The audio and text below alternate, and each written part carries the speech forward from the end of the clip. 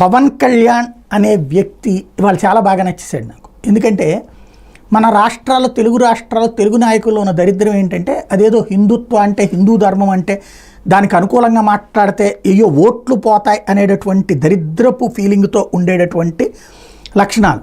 అట్లాంటి సిచ్యుయేషన్ నుంచి ఇవాళ అంటే హిందువుల విషయాల్లోకి వచ్చేటప్పటికి అంటీ ముట్టనట్టుంటారు. అదే ఇతరుల వ్యవహారాల్లోకి వచ్చేటప్పటికి మాత్రం చాలా మాట్లాడేస్తారు. అంటే ముస్లింలకి చిన్న ప్రాబ్లం వస్తే వీళ్ళకి కంట్లో నీళ్ళు వస్తాయి, క్రైస్తవులకి చిన్న సమస్య వస్తే వీళ్ళకి బాధ వస్తాయి, హిందువులకి బాధ వచ్చింది, హిందూ ధర్మానికి బాధ వస్తే ఏది ఏకంగా విగ్రహాలు తలే తీసేసిన, రథాలే దగ్ధమైన, విగ్రహాలే ధ్వంసమైన.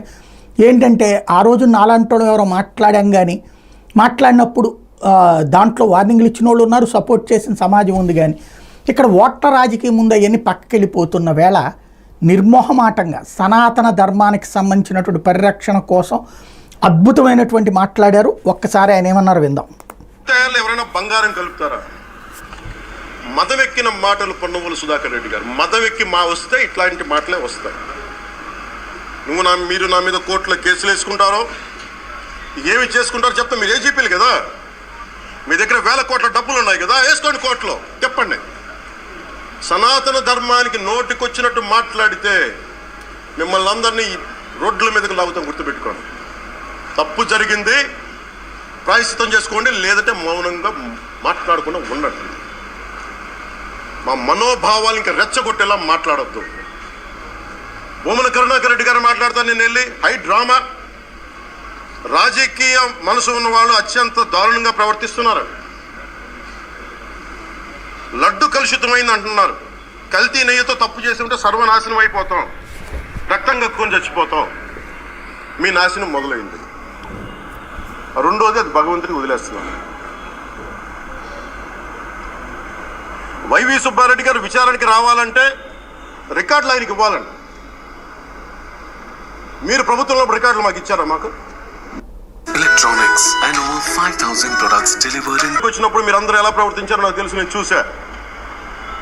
తిరుమలని ఇష్టారాజ్యంగా చేశారు, అది వ్యాపార కేంద్రంగా చేశారు, ఆధ్యాత్మిక కేంద్రం నుంచి పర్యాటక కేంద్రంగా చేశారు. అది ఇదే మీరు మక్కాకి వెళ్తే ఇలాగే ప్రవర్తిస్తారా? మీరు ఒకసారి మక్కాని చూసి నేర్చుకోండి. ఇస్లాంని పాటించే ప్రతి ముస్లిం ఎంత పవిత్రంగా పాటిస్తాడో చూడండి. అక్కడ అథారిటీస్ని అడగండి. ఒక చిన్నపాటి మస్జిద్కి వెళ్తే ఎంత పవిత్రంగా చూసుకుంటారో చూడండి. ధర్మారెడ్డి గారు, మీరు హిందువులా? మీ ఇష్టానికి మీరు చేసేసుకుంటారా? మీ బిడ్డ చనిపోయాడు, చనిపోయిన కనీసం 11 రోజులు లోపలికి రాకూడదు, ఈ లోపల వచ్చేస్తారా మీరు? మేము మర్చిపోయామనుకుంటున్నారా? ఆగమ శాస్త్రం చెప్పింది మీకు ఇదేనా? అంటే గవర్నమెంట్ ఉద్యోగులు అయితే ప్రభుత్వం మీ నియమిస్తే మీ ఇష్టానికి చేసేసుకుంటారా? మాకు బాధలు ఉండవనుకుంటున్నారా? ఇదే మీరు ఒక ఇస్లాంకి చేస్తే అపచారం జరిగితే మీరు ఏం చేస్తారు? బయట రోడ్ల మీదకి వచ్చి మీరు కూర్చోబెట్టి దాన్ని పొలిటికలైజ్ చేస్తారు. మీరు పొలిటికలైజ్ చేస్తారు. నేను నిజంగా చెప్తున్నా, జగన్మోహన్ గారు కూడా చెప్తున్నా, మీరే కనుక, నేనే కనుక సనాతన ధర్మం మీద పోరాటం చేయాలని నన్ను ఆపేవాళ్ళు ఎవరు లేరు ఈ దేశంలో, గుర్తుపెట్టుకోండి. నేను కనుక సనాతన ధర్మం కోసం నేను పోరాటం చేస్తే చచ్చిపోవడానికి సిద్ధం నేను. కానీ నేను అక్కడి దాకా తీసుకెళ్ళిన విషయాలు, దానికి నిదర్శనమే రామతీర్థాస్, రాముల వారి విగ్రహం శిరిచ్ఛేదం జరిగినప్పుడు ఒక్క మాట మాట్లాడకుండా చెప్పి కూర్చున్నాను. ఆ తెలివితేట లేక మీ ప్రభుత్వాన్ని కిందకి తీసుకొచ్చి అధాపాతాలను తొక్కిన మేము మాకు శక్తి లేదనుకుంటున్నావా? ఉండవనుకుంటున్నావా? కానీ మేము సమాజాన్ని కలిపి ఉంచాలని వ్యక్తులం తప్ప విడగొట్టాలని వ్యక్తులం కాదు. మేము గుర్తుపెట్టుకోండి. అలాగే ఈ రోజు నుంచి ప్రజలందరికీ కూడా చెప్తున్నా, ఎవరు అన్ని మతాలని మేము గౌరవించేది ఈ నేల. ఒక జనసేన పార్టీ అని కాదు, తెలుగుదేశం పార్టీ అని కాదు. మీరు ఏ పార్టీలకు సంబంధించిన వైసీపీలో ఉన్న హిందువులందరూ ఏం చేస్తున్నారు? మీరందరూ పోటీ పడ్డారు కదా తిరుమలకి వెళ్ళటానికి. మీరు మర్చిపోయారా? ఇందులో ఈ పాపం మీకు కూడా వస్తుంది, ఈ పాపం మీకు కూడా తగులుద్ది.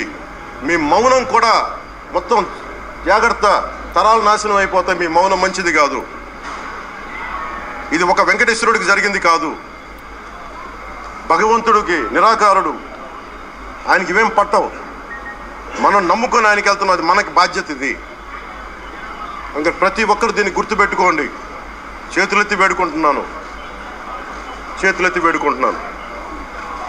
సగటు హిందూ మీరు సినిమా టికెట్లకు వెళ్ళిపోతారు అభిమానులు అందరూ.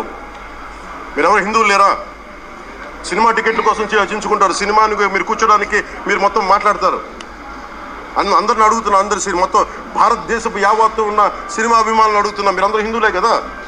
అత్యధికులు హిందువులే కదా? మీకు బాధ్యత లేదా? మీకు మీ సినిమా హీరోలు, నేను కూడా హీరోనే, నన్ను మించి దేశాన్ని చూడమని, సనాతన ధర్మాన్ని చూడమంటున్నా. మీ కన్వీనియంట్గా కూర్చోబెట్టి హీరోలను ఎత్తడం కాదు, నన్ను ఎత్తడం కాదు. ధర్మం విఘాతం కలిగినప్పుడు ధర్మానికి మీరు మాట్లాడటం మీ బాధ్యత. నా తరం మేము కష్టపడుతున్నాం, ముందుకు వచ్చాం. ఎవరి కోసం పడుతున్నాం ఈ కష్టాలు? మాకు సరదా కాదు. ప్రతి ఒక్కరి ఇష్టానికి వచ్చి మాట్లాడుతూ ఉంటే బాధ కలుగుద్ది. అయ్యప్ప స్వామి దీక్ష చేసే వాళ్ళ మీద ఎంత ఇష్టారాజ్యంగా మాట్లాడతారు. ఇదే మీరు ఎవరన్నా సరే ఇస్లాం మీద మీరు గొంతు ఎత్తగలరా? ఎందుకంటే రోడ్ల మీదకి వచ్చి కొడతారని మీకు భయం, అందుకు మీరు మాట్లాడరు. హిందువులు అంటే మెత్తని మనుషులు కదా, తోటి హిందువు కదా, మీరు ఏదైనా మాట్లాడచ్చు. మీకు నమ్మకాలు లేకపోతే మీరు ఇంట్లో కూర్చోండమ్మా. మీకు నమ్మకాలు లేకపోతే ఇంట్లోంచి బయటికి రాకండి, మమ్మల్ని ఏం అనకండి. మేము ఎలా పూజా విధానం ఎలా చేస్తాం, అలాగే ముఖ్యంగా ఫిల్మ్ ఇండస్ట్రీ కూడా నేను తెలియజేస్తా ఉన్నా. పాలనలో ఇదే దేవాలయంలో కనకదుర్గ ఇది ఫిల్మ్ ఇండస్ట్రీ వాళ్ళు కూడా ఇక్కడ కామెడీలు చెయ్యొద్దు అన్నటువంటి వార్నింగ్. దేవుళ్ళ మీదన, ప్రసాదాల మీదన ఇది అద్భుతమైనటువంటి బాధ్యతాయుతమైనటువంటి పిలుపు. ఓవరాల్గా పవన్ కళ్యాణ్ సనాతన ధర్మ పరిరక్షణ కోసం అద్భుతమైనటువంటి స్టేట్మెంట్ ఇచ్చారు. రాబోయేటటువంటి రోజుల్లో ఇదే ప్రతి ఒక్కళ్ళు గుర్తుపెట్టుకోవాల్సిన అంశం.